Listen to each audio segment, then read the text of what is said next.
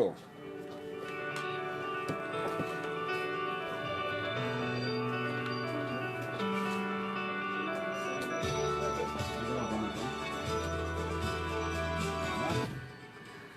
Olá, meus amigos, muito boa tarde na poderosa paz de nosso Senhor e Salvador Jesus Cristo, general que nunca perdeu uma batalha.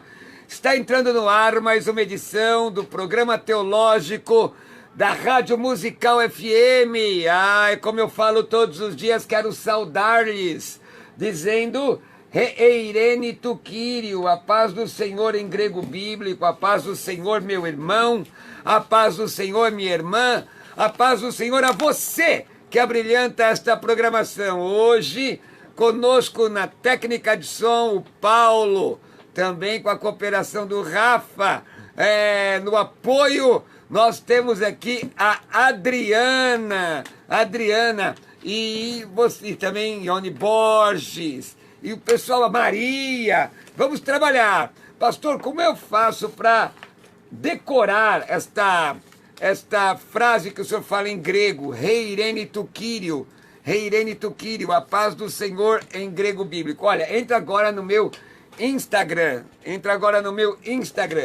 você vai encontrar no meu Instagram uma imagem com a frase grega, Reirene tu Kyrio, com aspiração áspera, com eta. Sabe que na faculdade muita gente dizia, é eta ou é eta? E o meu professor, doutor Henrique Graciano Muratio, lá na faculdade, no curso de grego clássico da USP, ele dizia que o filósofo dizia que a ovelha faz bé, beta e eta, faz bé. Mas olha, entra lá, @Roberto Cruvinel, e você vai ver no Instagram, esta imagem, com o texto grego, a transliteração e o significado, ok? Comigo abrilhantando o programa, que é um amigo já de muito tempo, um homem extremamente habilidoso, escritor, professor de teologia, com conhecimento da palavra de Deus, e que tem sido instrumento nas mãos do Senhor, um ministro, que as pessoas nos considerem ministro, melhor que nós nos considerarmos, não é?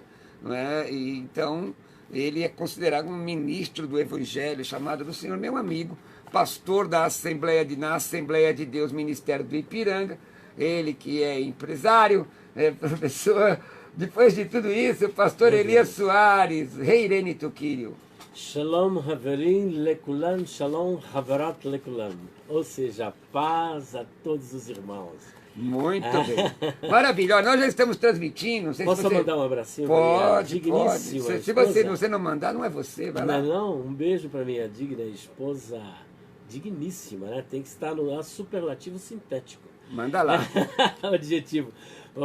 Um beijo para minha digníssima esposa Débora Soares, a quem amo. Um beijo para você. Um beijo para Abigail, para o Davi Soares, para todos os irmãos. E se o pastor João Aguiar, lá de Salvador, eu já mandei a sua live para ele. Maravilha. Se ele estiver na sintonia, um abraço para você, pastor Marcelo, para todos vocês que estão em Salvador. Ele tem a intenção de nos levar lá para ficar 4 dias comendo lá aquele, cuscuz com carne... Carajé. Não com aquela carne seca. É bom entendendo? demais. Carne do sol e tal.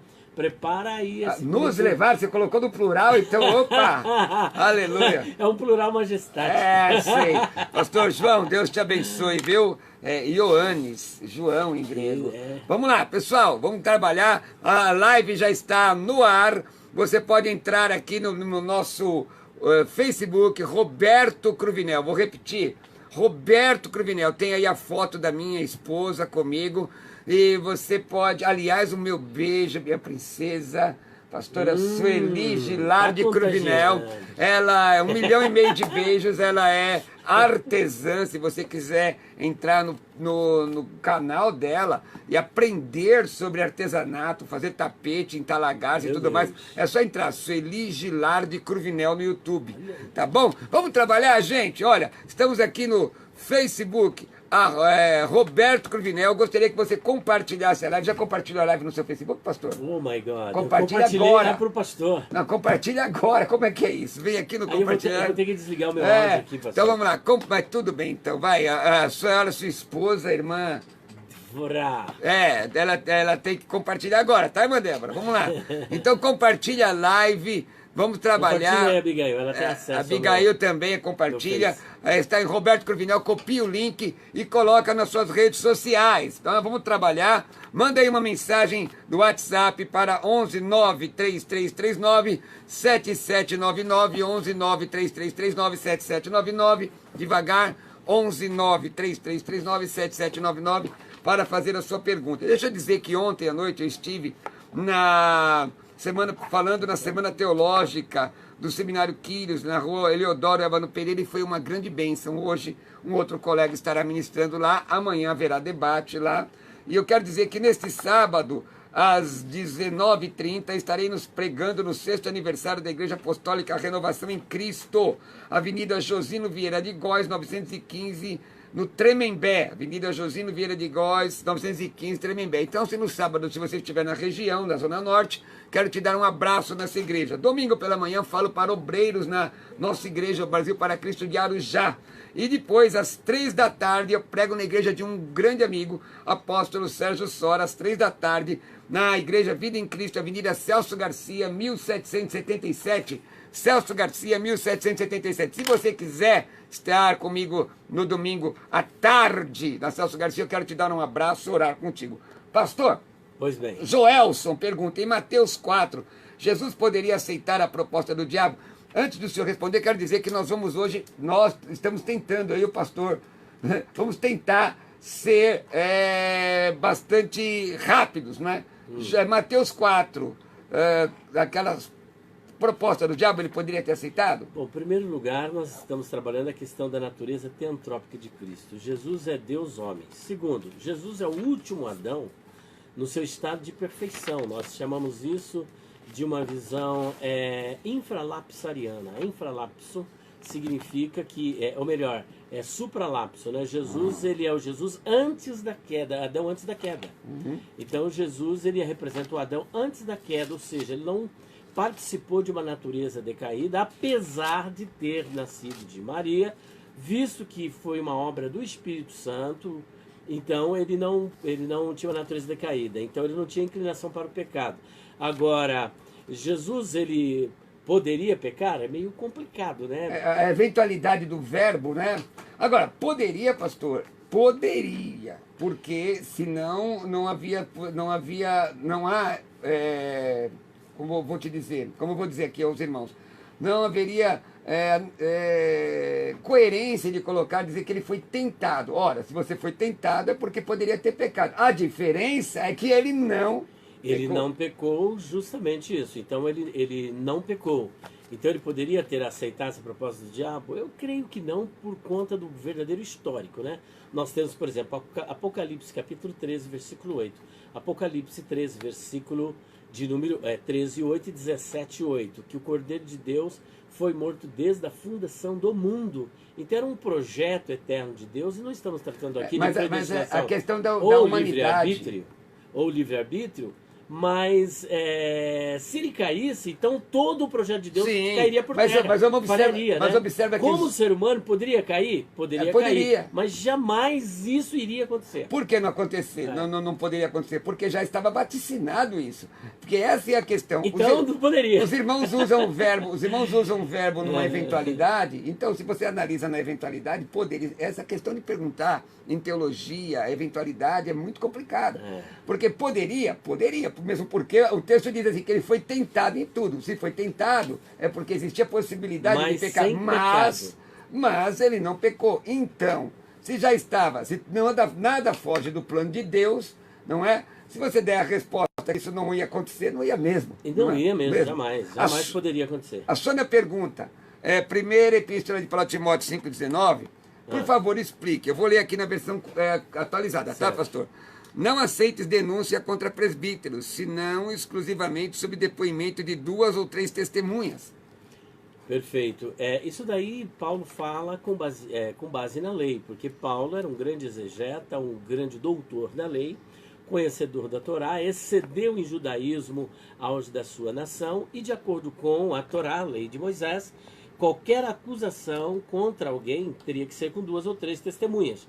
Paulo vem e aplica o mesmo a respeito do presbítero, que ele não pode ser acusado a não ser com 2 ou 3 testemunhas, porque existem, infelizmente, alguns obreiros temerários, inconsequentes, que pela palavra de uma pessoa, às vezes a mulher está com raiva do marido, vai lá e fala um monte, a presidência, os pastores aceitam a acusação sem ouvir a outra parte e então acaba dando o veredito contra aquele pastor ou contra aquele obreiro. Isso mesmo na jurisprudência, num tribunal, qualquer juiz que ele der um veredito em favor de alguém sem ouvir a outra parte, esse julgamento tem que ser anulado, porque ele tem que ter a oportunidade de ampla defesa.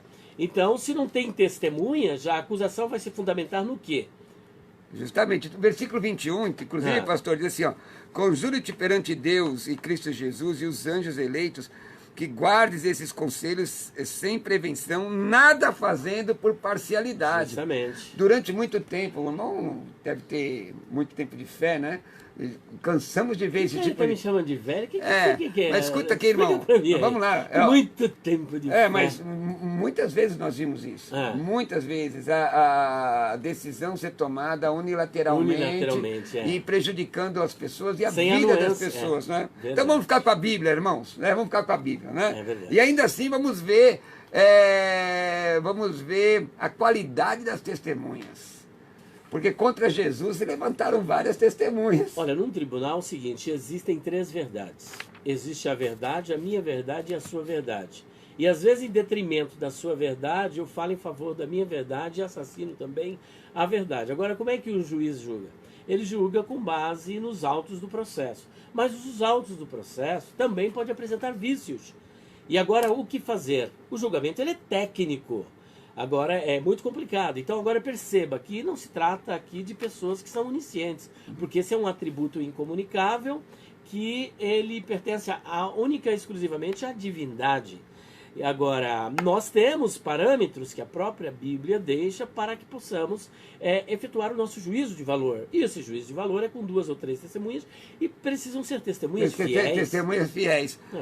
O Dayanderson Nascimento pergunta aqui Dayanderson aqui pelo Facebook, está na live. Muito obrigado você que está na live. Compartilha, marque as pessoas. Obrigado a você que está nesse momento compartilhando, nos ajudando nesse trabalho. Ele pergunta, os demônios são anjos caídos e Jesus falou sobre a origem dos anjos caídos? Pois bem, os demônios são anjos caídos. Na queda que houve através de Satanás, porque nós temos apenas um que origina o mal e origina também a queda, ela não pode ser atribuída a Deus. E os textos que nós temos, por exemplo, para falar dos anjos caídos, nós temos Isaías capítulo 14, versículos 12 a 15, ainda que há uma linha que faz uma contestação desta passagem, não somente desta, mas também de Ezequiel capítulo 28, mas esta linha que faz essa contestação, dizendo que ali é uma profecia alusiva apenas ao rei de Babilônia e ao rei de Tiro, eles ignoram um fato da hermenêutica ligado à escatologia, que é a profecia de dupla referência. Existem profecias que têm o seu cumprimento para aqueles dias e para um tempo posterior. Por exemplo, se nós tomarmos como base a profecia de Isaías capítulo 7, versículo 14, está ligada ali a Acaz, não é isso? Acaz, o relógio de Acaz e tudo mais, aquela questão. Porém, nós vamos encontrar em Mateus capítulo 1, versículo 23, uma alusão daquela profecia sendo dirigida especificamente ao Senhor Jesus Cristo, que a Virgem conceberá e dará à luz um filho. O que tem que tomar cuidado, nós temos sempre que tomar cuidado, e é bom dizer isso aos nossos ouvintes, que o cumprimento de dupla referência, o parentético, não dá base para alegorizar os textos bíblicos, como Orígenes fez. Quer dizer, de dizer que todo texto tem um significado oculto por trás. Nós temos que tomar cuidado. Existe essa aplicação, se dá em alguns textos, né, pastor? É como na tipologia. Hermenêutica. Hermenêutica, né? Porque, por exemplo, a aplicação tanto da questão da tipológica como profecias de dupla referência, ela tem que encontrar a sua referência lá no Novo Testamento. Chamada de antítipo. Você descobriu hoje por que chama antítipo? Você conseguiu descobrir? O tipo e o antítipo. Você descobriu? Aquilo que é contrário ao tipo. Então, Porque anti é contrário. Mas aí que tá. O antítipo é o comprimento do tipo. É o comprimento. E então até algo que é hoje, e olha contrário, que né? faz mais de 30 anos que eu estudo isso. Tipo e antítipo. Você que é especialista em onomatologia, você conseguiu descobrir? Eu penso que o antítipo, porque aí é só, por exemplo, o pastor que é professor de grego, qual é a etimologia da palavra desse prefixo anti em grego? É uma contra, é o Não contrário. somente contra, né? Por exemplo, anticristo pode ser igual a Cristo no lugar de Cristo. Ou tentando substituir. Ou substituto de Cristo, né? Então eu penso que deve ter por alguma dessas eu achei, procura aí, você que é um homem do nome. Porque tipos... A questão eu sempre achei interessante isso, antítipo, não é uma coisa estranha, porque na verdade é um cumprimento. Olha, tem uma pergunta aqui do Fábio, acabou de mandar aqui através do 11, 9, acabei 3... não respondendo a pergunta, Perdoa, né? então continua, perdoa. Os demônios, afinal de contas, são anjos caídos? São, porque aí você tem a queda de Satanás em Isaías 14, Ezequiel 28, depois nós temos uma alusão em Lucas capítulo 10, versículos 18, 19 e 20, onde Jesus diz, eu via Satanás caindo como um raio, o verbo aí cair está no pretérito perfeito, né? Onde ele está vendo uma ação em desenvolvimento.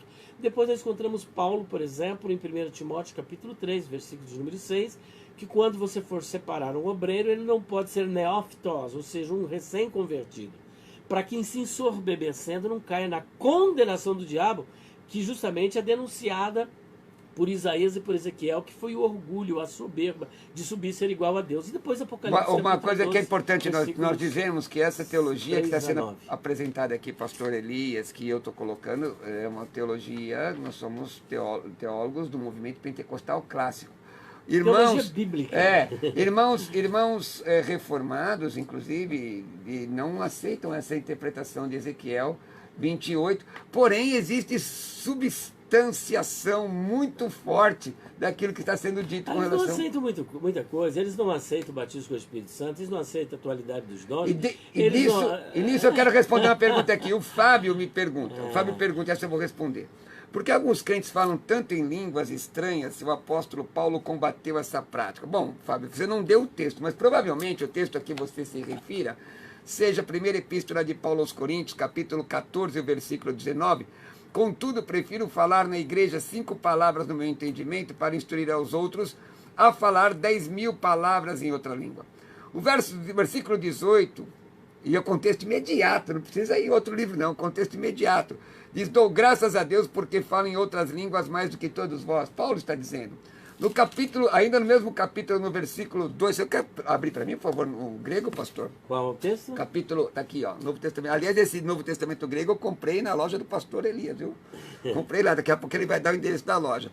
14:2. E se puder ler, por favor. Pois quem fala em outra língua, estou lendo na versão atualizada, tá? Quem fala em outra língua não fala a homens, senão a Deus, visto que ninguém o entende, em espírito fala mistérios. Conseguiu? Consegui. Então vamos lá, 14:2, vamos lá. 14:2, vamos 14:2. Olha o que o texto grego diz. 14:2. Vamos lá. Vamos lá. Vamos lá. Rogar lalon. Lalon está falando. É isso. Glosse, rogar lalon, glosse uki antropois, la lei alla teu. Peraí, até aí. Segura. Segura, vamos por parte. Então está usando aqui a lalon, quer dizer, está falando. Não está falando a homens. Né? O que fala. O que fala em outras línguas, não está falando língua estranha. Na versão corrigida... Rogar lalon glosse, o que fala línguas... O que antropos, língua dos não homens. Fala homens. Não fala homens. Então, veja bem, aqui não é idioma. Porque idiomas falam homens. Por que a versão corrigida coloca a palavra estranha? Porque se não fala homens, é porque é estranho. E o texto continua, no final do texto, pastor, faz a leitura do final do versículo 2. Final do versículo 2. Teudes garacui. Pneumati de la lei misteria. Então, quer dizer, o texto está dizendo que quem fala esse tipo de língua só fala a Deus porque é uma língua misteriosa. Essa é a língua misteriosa, não é idioma, não tem fundamento Agora, dizer... Deixa eu só terminar esse raciocínio. Não tem fundamento dizer, irmãos, que Paulo combateu a prática de línguas estranhas. Tanto que ele cita no capítulo 12, não é? Agora, ele faz uma diferenciação da oportunidade de se usar o dom. Pode falar, pastor. Isso a gente chama de Straumen, né? Na língua grega, ou espantalho. Essa é uma famosa dialética erística, porque o que ele está criando é um espantalho, porque Paulo aqui não combate o falar em línguas. O que ele está colocando aqui é ordem no culto. Muito pelo contrário, se nós lermos, por exemplo, o versículo de número 39, ele diz: não proibais falar em línguas. Olha, quem está combatendo falar em línguas está agora dizendo não proibais falar em línguas, porque ele diz que é para não proibir. Se não é proibir, então é para continuar. Ele é continuista e não cessacionista. Então vamos aproveitar, já que estamos falando desse negócio da língua, vamos desmistificar algumas coisas. Atos capítulo 2, é óbvio que as pessoas entendiam o seu idioma. Glossolalia, glosso é língua, laléu é falar, ou lalém, que é o infinitivo no grego. Nós estamos falando de texto grego. Porém, nós vemos Atos capítulo 10, o pastor tem uma explicação muito interessante, porque todos entendiam o idioma, e ali o texto fala que eles se maravilharam. Sim, pode explicar, pastor. Não, continue. Se maravilharam porque falavam em línguas que não poderiam ser entendidas. Então, meus irmãos, não adianta o que o pastor falou, que é um argumento usado inclusive no direito, que é o espantalho, é colocar na boca de alguém o que ele não está dizendo, não é? E geralmente as pessoas fazem criar um falso argumento, essas manipulações de texto, interpolações de texto. Está errado. Vamos ficar com o que a Bíblia diz. Não interessa se você é arminiano, calvinista, continuista, pentecostal. A Bíblia está dizendo. Foi corretamente interpretada? Topa aceitar? Vamos continuar? Amém, irmão? E vamos lá. Manda sua pergunta para a rádio através do WhatsApp 11933397799, 11933397799. Hoje eu estou aqui com o meu amigo pastor Elias Soares, professor, escritor e empresário na área da literatura. Daqui a pouco ele vai dar um endereço. Sim, se não fosse servo, nem aqui estaria. Eu sempre digo que eu só trago gente aqui comprometida, irmão. Comprometida, é verdade. Comprometida, e não só comprometida na questão acadêmica, mas um compromisso devocional, pastor, de oração, de vida com Deus. Porque tem gente que perde o céu por 45 centímetros, é a distância do cérebro para o coração, né? Não é verdade? Vamos lá, o Enoque pergunta aqui, como entender a salvação no período da grande tribulação, uma vez que o Espírito Santo será retirado da terra? É outra falácia que se ensinou muito no meio pentecostal. Então, essa ideia de retirar o Espírito Santo é como se ele fosse um objeto, como se ele fosse uma coisa. Ele é uma pessoa, mas ele tem um atributo incomunicável que nós não temos, que é a onipresença. Ele é onipresente, então ele não pode ser tirado. Quando se diz assim, por exemplo, segundo as Tessalonicenses, capítulo 2, versículo 7 e 8, que a bem da verdade, como diz o pessoal aí mais radical, é faca na caveira para os calvinistas, porque esse texto, longe de estar falando de uma visão pós-tribulacionista, ele tem uma visão ali pré-tribulacionista, que é possível defender em 2 Tessalonicenses, capítulo 2, versículo 7 e versículo de número 8. É importante dizer que nem são só os calvinistas que são meso ou pós. Lamentavelmente, muitos dos nossos, influenciados por literaturas calvinistas, acabaram debandando por outro lado, né? Mas se estudar um pouquinho melhor o texto, vai voltar. Verdade. Então, levando em consideração que a grande tribulação, vamos resumir aqui, a grande tribulação é um período probatório e que tem como finalidade precípua atingir os judeus, porque é um cumprimento da 70ª semana de Daniel, conforme está escrito em Daniel capítulo 9, versículos 24 a 27, que é uma interpretação lá no capítulo 10 e explicitamente da profecia de Jeremias no capítulo 25, versículo de número 11, porque é toda a desobediência de Israel em relação ao ano sabático. Como eles desobedeceram por 70 anos, esses 70 anos foi multiplicado por 7, que são 490 anos. 483 se cumpre, culmina na cruz do Calvário. Abre-se um lapso temporal para o tempo dos gentios que nós estamos vivendo e cumprir-se-á no período da grande tribulação, descrita pelo Senhor Jesus, Mateus capítulo 24, versículo 15 até o versículo de número 21. Então é para Israel e aqueles que ainda estiverem na terra. Então, haverá salvação. Haverá salvação em Zacarias capítulo 12, capítulo 13, capítulo 14.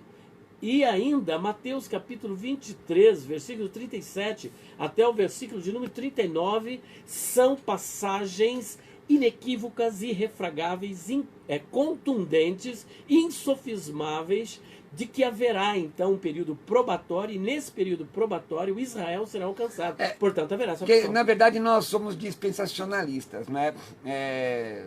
Na nossa adolescência, na fé, estudamos muito o livro do Plano Divino através dos séculos, do Lawrence. Muito bom. O primeiro livro que eu estudei na minha vida. Muito bom, né? Muito bom, aliás.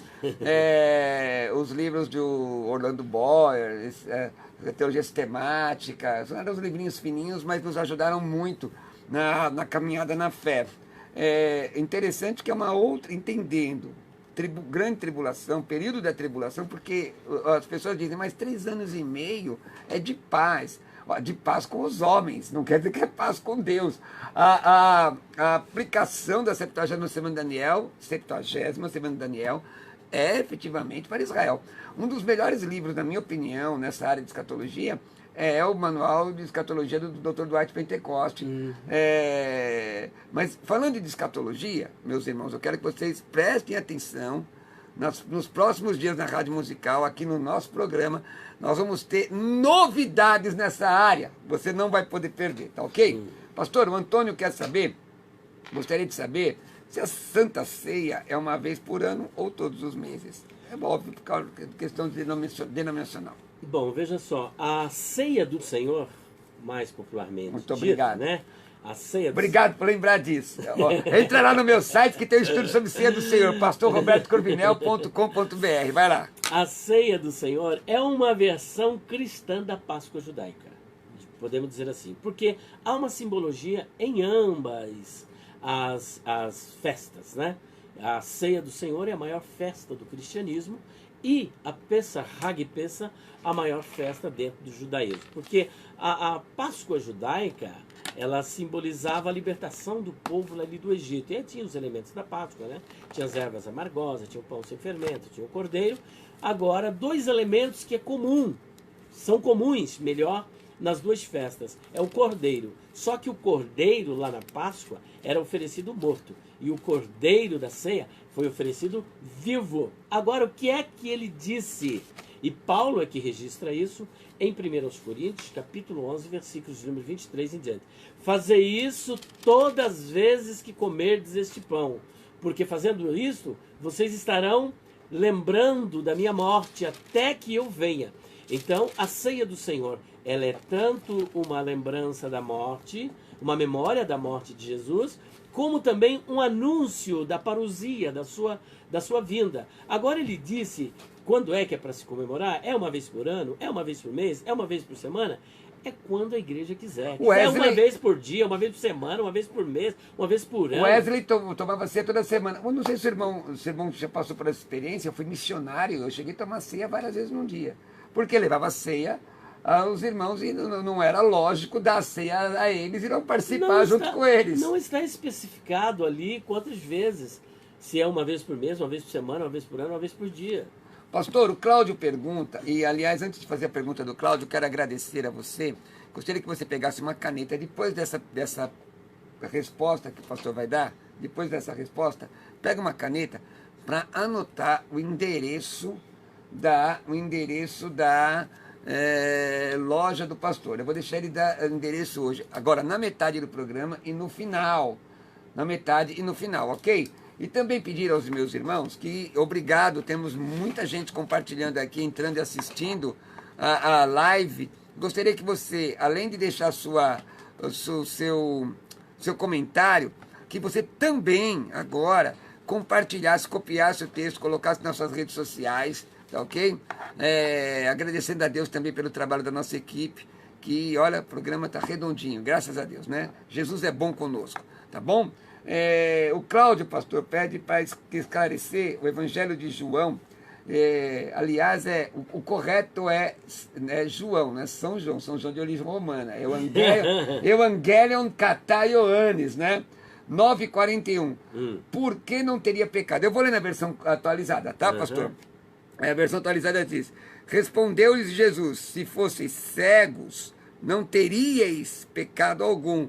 Mas, porque agora dizeis, nós vemos, subsiste o vosso pecado.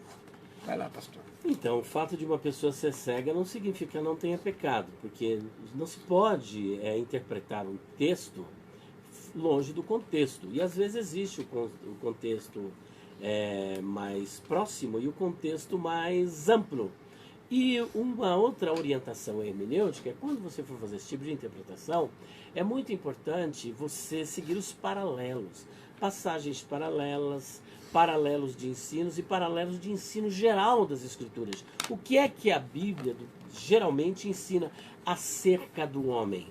Por um homem entrou o pecado do mundo e pelo pecado a morte. Então, por isso, todos pecaram. Então me dá um segundo. Dentro disso que o senhor falou, da questão das referências paralelas. Certo. Você que está vendo a live aqui, está vendo aqui a Bíblia, esses textos embaixo, na live? Esses textos são referências reais e não verbais, que seriam as questões paralelas que têm o mesmo sentido ou se relacionam com o texto. É o paralelo de passagens, paralelos de ensinos e paralelos de ensinos gerais. E o ensino geral das Escrituras. O que é a Escritura de um modo geral? Ela ensina acerca dessa questão da hamartiologia, da doutrina do pecado. Que todos pecaram e destituídos estão da glória de Deus. Se você ler Romanos capítulo 11, versículo 32, a Bíblia é enfática em dizer o seguinte, que Deus encerrou a todos debaixo do pecado para com todos usar de misericórdia. Se você vai para o Salmo 51, Davi ele confessa que ele nasceu em pecado. Então não há um ser humano, com exceção de Jesus, no planeta, que não tenha nascido em pecado. Que não tenha nascido em pecado. Nós não vamos colocar Adão porque Adão não nasceu. Ele foi feito, ele foi criado por Deus. Agora, então ele não veio de um útero. Agora, pastor Elias, eu vou ler aqui. Aproveita, pega a caneta aí que ele vai dar o endereço já. Agora, eu vou ler aqui o versículo 40 para o meu irmão interpretar, tá bom? É o contexto remoto. Porque essa questão, inclusive, desses textos paralelos, que muita gente ainda usa concordância para fazer estudo e ali é referência verbal, não é referência real. E às vezes a palavra cego não quer dizer a mesma coisa em um outro texto. Veja o versículo 40. Bom, o caso, Jesus tinha operado um sinal e no versículo 40, alguns dentre os fariseus, para variar só poderia ser, né? Alguns dentre os fariseus que estavam perto dele perguntaram, acaso também nós somos cegos? Quer dizer, usando a palavra cego num contexto diferente. E aí diz, respondeu-lhe Jesus, se fosseis cegos não teríeis pecado algum. No cego aqui não significa o quê? Significa não enxergar literalmente ou não ter o entendimento. Não é isso? Agora, esse não pecado algum não significa que eles não nasceram em pecado. Que não tem a natureza pecaminosa. Vocês não seriam culpados por conta de não saber, porque a pessoa, por exemplo, que ela não tem conhecimento da lei, não tem conhecimento de um crime, então o que acontece? Ela é inimputável perante a lei. É como, por exemplo, os aborígenes. Eles são inimputáveis, visto que não fazem parte da civilização.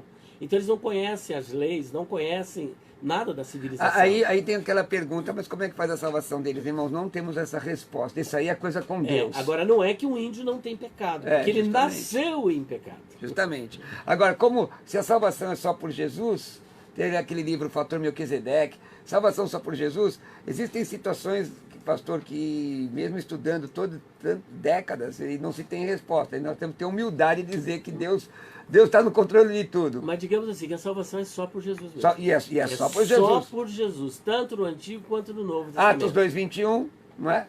Tanto no Antigo quanto no Novo Testamento é só em Cristo, mesmo quando nunca ouviram falar de Cristo, porque as pessoas que eram salvas pelos méritos do sacrifício de Cristo, pela graça, e sempre também foi pela fé a salvação. Pastor, o pessoal pegou a caneta e um papel, então muitos livros que nós falamos, como o Novo Testamento grego, que eu uso aqui, comprei, aqueles livros do Senhor, que são livros... Perguntas difíceis, exegéticos, né? Então, depois, no final, o irmão vai falar com mais detalhe. Mas quem quiser ir na sua loja agora, como é que faz? Ou ligar lá. Ligar. Então vamos lá. Rua Conde de Sarzedas, número 160, loja 27, no bairro da Liberdade. Rua Conde de Sarzedas, mais conhecido como a Rua dos Crentes e agora a Rua dos Tribunais. E existem muitos tribunais ali, desembargadores, né? Então, Rua Conde de Sarzedas, 160, loja 27, bairro da Liberdade, São Paulo, capital. Você pode estar ligando agora, 3101-3000. 3101-3000. A minha filha também tem um telefone onde, inclusive, ela atende até mesmo os pedidos de pregações e tudo mais, que é o 0 operadora 11 94901 6633 94901 6633 e tem o meu celular que não adianta você ligar agora, que é o 0 operadora 11 946263000 946263000. Maravilha. No final do programa, o pastor vai dar novamente esses dados, né? E vai ser, eu tenho certeza que você vai encontrar uma boa literatura ali. Eu sou o pastor Roberto Cruvinel, esse é o programa Teológico, primeira edição. Programa Teológico, primeira edição. Teologia na Lata? Tem um apelido de Teologia na Lata. Tem um apelido, está chegando aqui. Devia aproveitar e já pôr o nome, Teologia na Lata. Esse é o programa Teológico, primeira edição, mas tudo tem seu tempo. Né? As coisas estão chegando a seu tempo. Sabe que a vida é um tempo que passa com o tempo, você não dá tempo de todo o tempo aproveitar. Né? Vamos lá. Então, eu quero dizer que hoje às 16 horas, hoje às 4 horas da tarde, pastor Jamierson Oliveira virá com a segunda edição do programa. Então, nós temos os debates às 11 da manhã, depois nós temos o programa teológico, primeira edição, e às 16 horas, às 4 horas da tarde, nós temos este programa dirigido pelo pastor Jamierson Oliveira, um pastor, professor muito competente, que vem trazendo matérias específicas da teologia cristã. Eles sempre com seus convidados tratam de um assunto específico, então é o momento de pegar caderno, caneta e anotar tudo o que está sendo falado, ok? A live que nós estamos transmitindo fica gravada no meu Facebook, Roberto Cruvinel. Em breve eu vou colocar essas lives no meu canal do YouTube. Se você quiser entrar no meu canal do YouTube, Roberto Cruvinel é no Instagram. Entra no Instagram que tem muita informação lá, Roberto Cruvinel. Mas no YouTube é Roberto Cruvinel, tá lá Fire Logos, não é? Fire Logos, palavra de fogo, Fire Logos. Então você... É um em inglês ou tem em grego? Justamente. Já que é para ninguém copiar. Exatamente. Então você entra ali no meu canal do YouTube, tá bom? E em breve eu vou colocar essas lives lá. O pastor, a Raíssa diz, devemos guardar o sábado? Olha, minha querida, se a pessoa quer guardar o sábado, é um particular dela com Deus. Mas no cristianismo não existe nenhuma recomendação sobre a guarda do sábado. A guarda do sábado, ela foi uma observância específica para os judeus, e você pode ler, por exemplo, o texto de Deuteronômio, capítulo 5, versículos 12 a 15, porque o sábado ele era um memorial para que os judeus, os hebreus, se lembrassem que eles foram escravos na terra do Egito, e lá na terra do Egito eles não tiveram descanso de nenhuma hora, trabalhavam constantemente, ali o trabalho era penoso, afanoso, e por essa razão o Senhor deu o sábado para um dia de reflexão, para que eles se lembrassem, assim como a Hag Pesach também era uma memória da libertação do Egito. Então as festas, elas tinham um caráter didático, um caráter de lembrança, simbólico. Nós, por exemplo, não fomos escravos na terra do Egito. Você foi? Eu não fui, a igreja também não foi. Certa vez alguém disse assim, não, mas eu já fui escravo do Egito do pecado. Então o seu problema não é descansar num dia, o seu problema é descansar numa pessoa, e essa pessoa é Jesus. Inclusive ele é o Senhor do sábado, e ele disse, vinde a mim todos os cansados e oprimidos, eu vos aliviarei. Maravilha. O pastor Davi faz uma pergunta. Pastor Davi, tenha misericórdia da gente, pastor Davi. Miseriqueima. Pastor Davi, tenha misericórdia. Pastor Davi faz a seguinte pergunta. Pode explicar o Salmo 119 de forma reduzida? São 176 versos. Existem textos ali que falam sobre guardar a palavra, andar na palavra, mas tem muita informação. Pastor, faz o seguinte, escolhe alguns versos para a gente, senão... Eu vou atender o pedido dele. Senão eu não... Posso? Não é que eu tenho essa capacidade. 30 segundos você tem, vamos lá. Pode ser, então vamos lá. Segundos. O Salmo 119, em primeiro lugar, é um acrônimo. O que é um acrônimo? Ele está distribuído de acordo com o alfabeto hebraico, que são 22 consoantes, e você vai ver que há estrofes de 8 versos, 22 vezes 8 vai dar 176. Agora, o que é o Salmo 119? Uma exaltação, uma homenagem, uma glorificação à palavra de Deus, porque você vê que cada verso ele vai tratar a respeito da palavra de Deus. Leia verso por verso, os mais conhecidos, Salmo 119, versículo 9, como purificará o mancebo seu caminho? Observando segundo a sua palavra. Depois, guardei a tua palavra no meu coração para não pecar contra ti. Ó, quão doces são as tuas palavras ao meu paladar, mais doce que o mel à minha boca. Lâmpada para os meus pés e a tua palavra ela é luz para o meu caminho. Então, é uma exaltação à palavra de Deus. Sim, traduzindo a isso. Mas são 170, porque às vezes existem peculiaridades. Né? Assim, é um repeteco em outras, com palavras diferentes, mas exaltando sempre a palavra de Deus, mostrando para o homem que nós devemos andar na palavra, viver na palavra, respirar a palavra, comer a palavra, pregar a palavra e por aí vai. Olha, João Lúcio diz, trabalho nas ruas e encontro muitas vezes dinheiro na rua. Muitas vezes. Maravilha. Que bom, João Lúcio. E o que fazer com esse dinheiro, já que não adquiri com o meu trabalho? João Lúcio. Gasta, meu filho. Se você viu que foi de alguém, devolva. Devolva. Aparecido pergunta, o Salomão foi salvo ou não? Olha, departamento de salvação é somente com Deus, mas eu posso lançar aqui... Vislumbre. Algumas hipóteses, algumas ilações. O que ocorre? Se nós analisarmos 2 Samuel, capítulo 7, versículos 12 a 15, o Senhor diz que não afastaria de Salomão a sua misericórdia. Ele tem o seu nome dado por Deus como Shlomo, que significa pacífico. E depois ele recebe um outro nome que nem todos conhecem, mas ele tem um segundo nome, que é Jedidias. Jedidias vem do hebraico, que significa amado por Iavé. Depois nós temos Eclesiastes, que é do segundo reinado de Salomão, onde no capítulo 12, no final, ele escreve que todo o dever do homem consiste em obedecer a Deus, em amar a Deus, observar os seus mandamentos. Agora, veja só. Agora, só que lá no capítulo 11 da primeiro livro dos reis, existe ali, olha, um elenco de pecados, de apostasia, de idolatria de Salomão, mas fato é que no final ele se arrepende, como Manassés, que fez muito pior do que Salomão, porque ele chegou ao ponto de sacrificar o filho dele, oferecer a Moloque para ser queimado. Mas lá na Babilônia, em escravidão, ele se arrepende, Deus o perdoa e traz ele novamente para Jerusalém. Aí ele coloca que, o texto coloca que ele dormiu com seus pais. Você está me entendendo? Existem intérpretes que entendem que essa expressão só se aplica a pessoas que terminaram sua vida com Deus. Agora, eu acho interessante, pastor, essa questão do livro de Eclesiastes, vanita, vanitatus, et hominia, vanitas, vaidade, tá em latim, vaidade de vaidade, tudo é vaidade. Muita gente interpreta equivocadamente esse livro, o livro inteiro, dizendo que é o livro de uma pessoa amargurada. Na verdade, é um livro de constatação, que tudo embaixo desse céu é passageiro, e de tudo isso, o que importa, como o irmão falou no final, no capítulo 2, ele termina inclusive para os jovens, lembra-te do teu Criador no dia da tua mocidade, antes que venham os maus dias e os anos dos quais dirá. Não tem neles. Lembra quando você tinha cabelo, que eu também tinha cabelo? Bom. O senhor lembra quando nós dois tínhamos cabelo na mocidade, cantando aqui? Não, quando você tinha cabelo, não me lembro, porque eu sou bem mais novo. Não é não. Eu já te conhecia assim. Não é, irmão, não é não. Irmão, não lembro de nada. Nós cantávamos na mocidade. Muito em breve vai sair uma notícia de um povo que desapareceu. Nós ouvíamos esse texto. E o livro termina assim, o livro não é o livro de alguém recalcado com problema, não. O livro é de uma constatação de alguém que vê debaixo desse céu, tudo é passageiro. Vamos lá?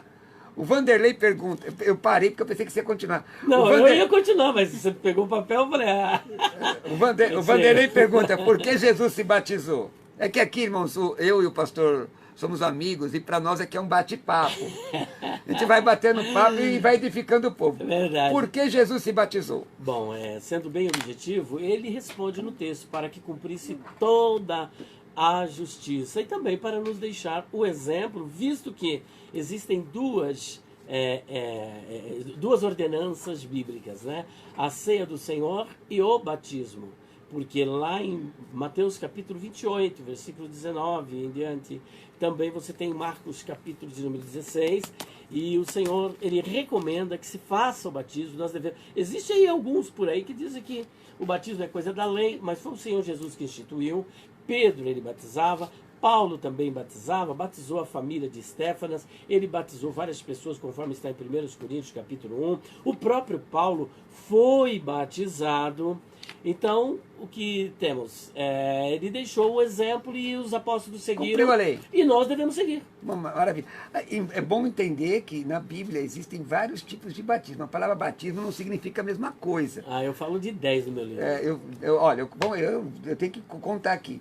Nós temos o batismo no corpo, Marcos 16, batismo na cruz de Lucas, batismo pelos mortos que Paulo nega, que não é para ser, batismo na nuvem, batismo no mar, batismo de João, batismo em Moisés, batismo no Espírito Santo, batismo no corpo de Cristo, tudo isso, e tem bastante, viu, irmãos? Então que livro? Batismo de João, oi? Que livro você Perguntas difíceis de responder, volume 2. Vamos lá, o Luciano, irmãos, quer mandar uma mensagem, pergunta? 11 93339 7799. Eu sei que eu não falei muito o telefone hoje, porque nós estamos correndo, né?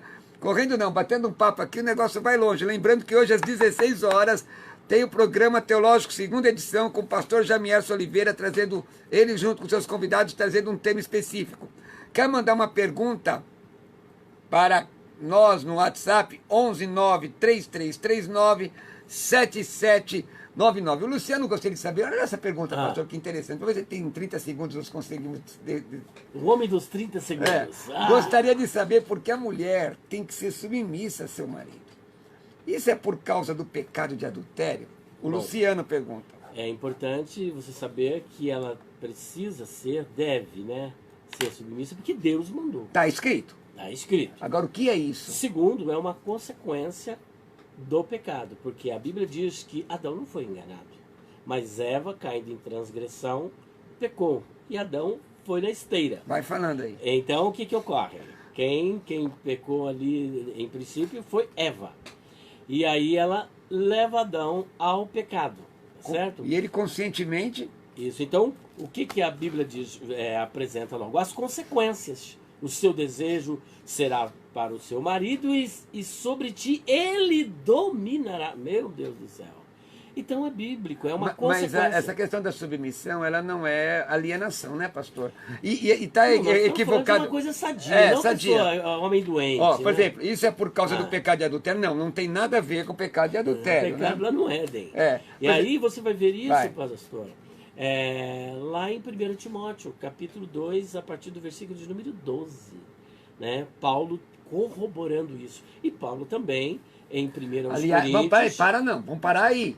Porque o texto diz que tem muita gente que interpreta esse texto errado. A mulher tem que ser submissa ao homem. Não é. A mulher tem que ser submissa ao seu marido. Ao seu marido. Não é? Você admite que sua esposa seja submissa a qualquer homem? Não tem como, a não ser que ela esteja numa função em que esse homem exerça autoridade. Sim, mas é de trabalho. Não trabalho. Mas nessa submissão que a Bíblia diz... Não, ela não deve submeter-se a homem algum, a não ser ao seu esposo. Porque tem muita gente que tem um texto equívoco. Inclusive, pastor, em organizações eclesiásticas, por exemplo, coloca... a irmã tem um cargo sempre inferior ao menor cargo do homem. Existem organizações eclesiásticas assim. Eu, na verdade, congreguei num lugar assim há muitos anos atrás, não é? Muito estranho isso. O texto grego, inclusive eu tenho um estudo no meu site, pastorrobertocrovinel.com.br, que fala sobre o ministério da mulher. E eu mostro que essa palavra tem a ver com o marido. Agora, me fala um pouco sobre a questão da submissão e a questão do marido amar a mulher como Cristo amou a igreja. Justamente. Por favor, pastor. Então, existem duas cláusulas cláusulas pétreas, né? que são inamovíveis e que devem ser obedecidas à risca, pelo menos em tese. É claro que não é isso que a gente observa, mas o mandamento está aí. Tá lá. É Efésios capítulo 5, a partir do versículo de número 22. Paulo vai tratar justamente esta relação familiar, o papel da mulher e o papel do marido. A mulher tem um verbo que ela não gosta, né? Que lá no mundo, na escola secular, começa com A, B, C, D. Mas na igreja é obedecer. Esteja sujeito em tudo, obedeça em tudo ao seu marido. Só que aí também existe um verbo que ele é próprio, interessante, que é mais para o homem que ele é taxado. Amai a vossas mulheres, Imperativo. como Cristo amou a sua igreja, ao ponto de dar a vida por ela. E aí que é a pergunta, você tem condições de dar vida pela sua esposa? Então, aí assim, eles foram íntimos, né? Mas pelo menos deveria ser assim. Deveria Mas não é ser só assim. pela sua esposa. A Bíblia diz, Jesus, ele apresenta 3 níveis de amor. Ele apresenta, por exemplo, o amor que está lá na Torá, que amai os vossos amigos e aborreceis os vossos inimigos. Mas só que na Torá diz assim, só que lá, por exemplo, em Mateus capítulo 5, 7 e 8, que é o Sermão do Monte, que nós chamamos da Constituição do Reino de Deus, ele diz o seguinte: amai os vossos inimigos, falai bem dos que falam mal de você. Olha só.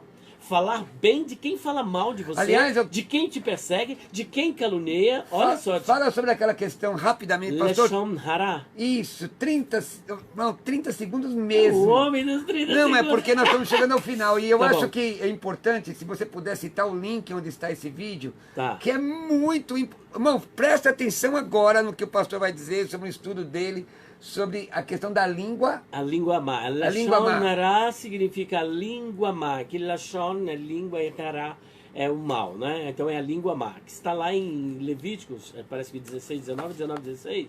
Não andareis entre o teu povo como mexeriqueiro. E não é vendedor de mexerica, não. É fofoqueiro, é o rechlute. Então, entre os judeus, eles cunharam essa expressão, Lashon hara, que é o falar mal. Você não deve falar mal de ninguém, mesmo que seja verdade. Você sabe um fato verdadeiro acerca da pessoa. Mas se você falar mal, você está pecando. É pecado mesmo assim. Não dá pra Onde dizer. que acha? Vai lá no nosso canal, por gentileza. PR Elias Soares Oficial. Sobre o crime do Lashon hara. Como é que escreve? O crime do Lashon hara. Lashon é Lashon. Lashon.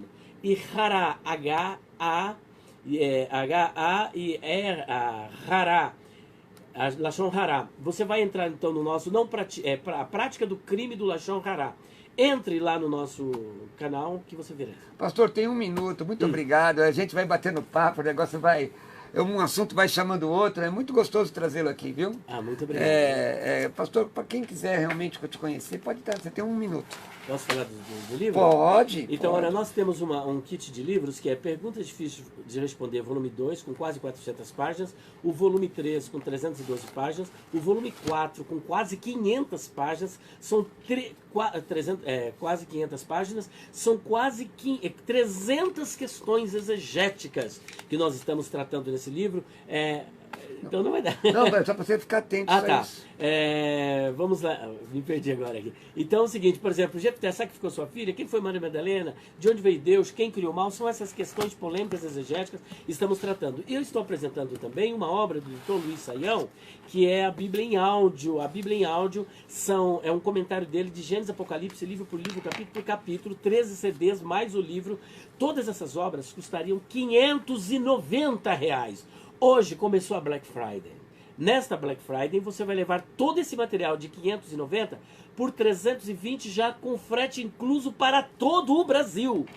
De 590 por 320 para todo o Brasil. Você vai ligar agora. 0 operadora 11 94901 6633. 0 operadora 11 94901 6633 e depois você pode mandar um zap para mim no 0 operadora 11 9 946263000. 946263000. Endereço da loja? Livraria do Pastor Elias, Rua Conde Sarzedas, número 160, loja 27, bairro da Liberdade, São Paulo.